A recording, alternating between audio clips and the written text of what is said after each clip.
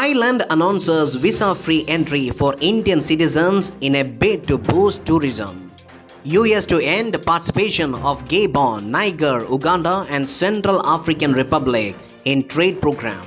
Israeli PM Benjamin Netanyahu ruled out ceasefire in Gaza after rescue of hostage from Hamas. Climate change expert Professor Salimul Haq passes away in Dhaka. Ballon d'Or 2023. World's first agreement to contain the risk associated with artificial intelligence. UN Security Council adopts a resolution to renew the mandate of UN assistance mission in Somalia for a year.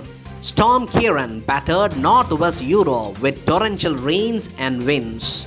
Iranian prison authorities blocked jail Nobel Peace Prize 2023 winner Narges Mohammadi. UN Office of Coordination of Humanitarian Affairs OCHA.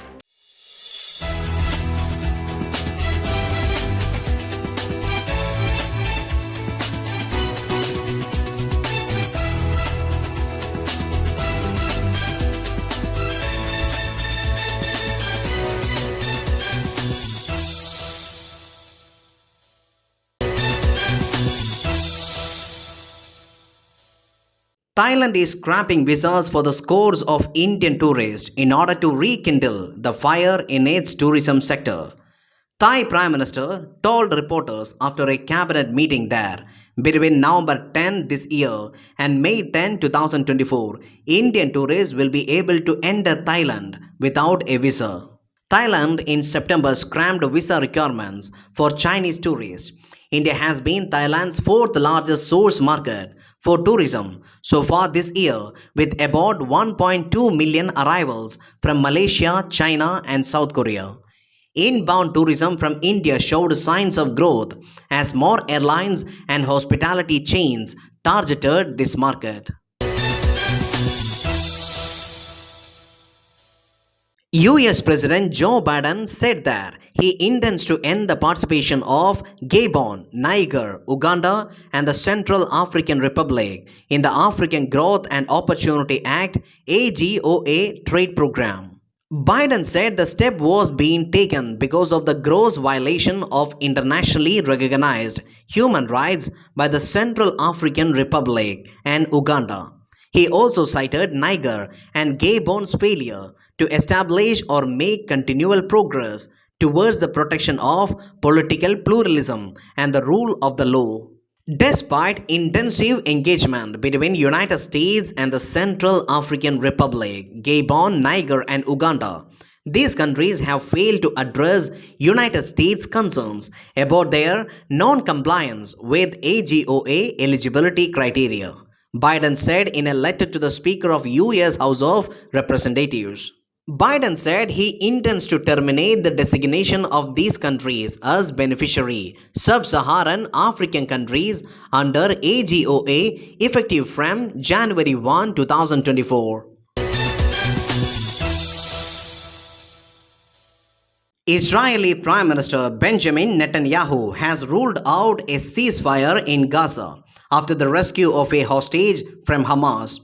In a video message, Israeli Prime Minister said calls for a ceasefire meant asking Israel to surrender to terrorism, and that will not happen. Mr. Netanyahu congratulated the Israel Defense Force and Security Agency for freeing an army private on Sunday. He said the army's advance through Gaza opened opportunities to free hostages, and Israel believes in unconditional return of all hostages. Netanyahu said this successful rescue is an evidence that Israel's military can free Israeli captives while continuing war with Hamas. Israel's Strategic Affairs Minister said if there is a proposal to release the hostages, the government will consider a temporary pause in hostilities to extradite them safely.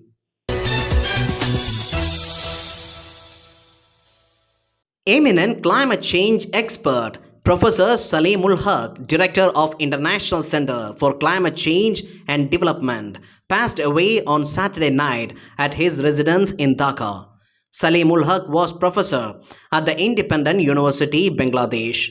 He was an expert in adaptation to climate change in most vulnerable developing countries and a lead author of third, fourth and fifth assessment reports of Intergovernmental Panel on Climate Change. He also advised the least developed countries group in the United Nations Framework Convention on Climate Change. Professor Huck was affiliated with the UN Food Systems Summit for 2021 as co-chair of Action Track 5 on building resilience to vulnerabilities, shocks and stress. He was an associate of International Institute on Environment and Development of United Kingdom. He was appointed officer of the Order of British Empire in 2022 New Year honors for services to combating international climate change. The winner of 2023 Ballon d'Or has been announced and Lionel Messi has won a record-extending 8th award.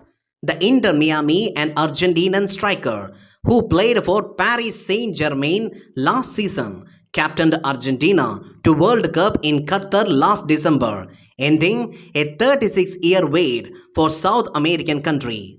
Messi 36 has won the award 3 times more than anyone else. Lionel Messi was named Ballon d'Or 2023 winner at a ceremony in Paris on Monday, the 8th time he has won the prestigious award. Messi fought for competition from Manchester City's Erling Haaland and former Paris Saint-Germain teammate Kylian Mbappe, as well as 26 other nominees to win the award.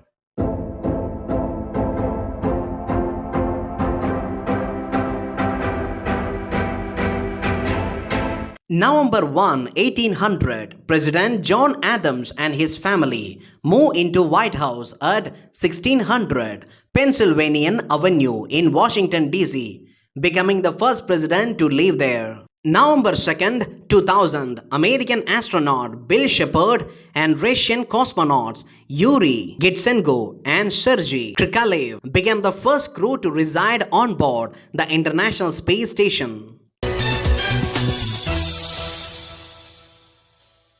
India, along with 27 countries and the European Union, have signed the world's first agreement on artificial intelligence safety at a meeting in the United Kingdom. The agreement pledged to work together to assess the risk associated with artificial intelligence. A 2-day AI Safety Summit 2023 began at United Kingdom's World War II Code-Breaking Centre. A statement the UK government said the agreement will be known as the Bletchley Declaration. UK Prime Minister Rishi Sunak said the declaration is a landmark achievement that sees world's greatest AI powers agree on the urgency behind understanding the risk of technology, which will help in ensuring long-term future of our children and grandchildren. Addressing the gathering at the world's first global summit on artificial intelligence, Union Minister of State for Electronics and IT, Rajiv Chandrasekhar, said India looks at AI with a prism of openness, safety, trust, and accountability. The UN Security Council adopted a resolution to renew the mandate of UN Assistance Mission in Somalia for a year till 31st October 2024. The resolution was adopted unanimously by 15-member council. It has requested UNSOM to continue to maintain and strengthen its presence across Somalia in consultation with federal government of Somalia and Somalia's federal member states. It also requires UNSOM to continue to strengthen its cooperation with Somalia and the African Union. It encourages UNSOM to continue to coordinate UN efforts and maximize joint approaches and joint programming in relevant areas to support state building and peace building in Somalia. Storm Ciarán has battered northwest Europe with torrential rains and winds up to 200 kilometers per hour. Reportedly, dozens of people have been injured and 7 people died across Europe so far, Moreover, homes have been damaged, schools forced shut, and airline and train services come to a halt. The storm hit French shores on Thursday with winds more than 190 kilometers per hour, slamming the northern tip of France's Atlantic coast. Uprooted trees blocked roads around western France. About 1,300 people had to be relocated to campsites or shelters. In the UK, Channel Islands were among the worst hit areas. Flood warning along with red alerts were issued across England. Storm Kieran follows Storm Babette, which occurred 2 weeks ago. Kieran was driven by a powerful jet stream that swept in from Atlantic, unleashing heavy rain and record winds that have already caused heavy flooding in Northern Ireland and other parts of UK. Iranian prison authorities have blocked jailed Nobel Peace Prize 2023 winner Narges Mohammadi's hospital care after she refused to wear a hijab. She is currently lodged at Evin prison in Tehran, serving multiple sentences amounting to about 12 years. Her family has warned that her life is at risk as she suffers from cardiac and lung health issues. The prison warden announced that, according to the orders of higher authorities, sending her to Heart Hospital without a headscarf was prohibited and her transfer was cancelled. Miss Mohammadi was awarded the top prize in October for her efforts against the oppression of women in Iran. She has vowed to not wear a hijab under any circumstances, which has been obligatory for women in public spaces since shortly after Iran's 1979 Islamic Revolution. According to UN Office for the Coordination of Humanitarian Affairs, Israeli settler violence has increased significantly from an already high average of 3 incidents per day in 2023 to 7 a day now. UNOHCA was established by the General Assembly of the United Nations in 1991. It is responsible for bringing together humanitarian actors to ensure a coherent response to emergencies. It also ensures there is a framework within which each actor can contribute to the overall response effort. It replaced the Office of United Nations Disaster Relief Coordinator, On-Site Operations Coordination Centers OSOCC, and OCHA tool provide a platform for the coordination of international response activities immediately following a sudden onset emergency or a rapid change in a complex emergency. There are two types of pooled funds. Central Emergency Response Fund, which can fund an emergency anywhere in the world. Country-based pooled funds, which are country-specific. It has two headquarters locations, Geneva and New York, which act as centers of global operations.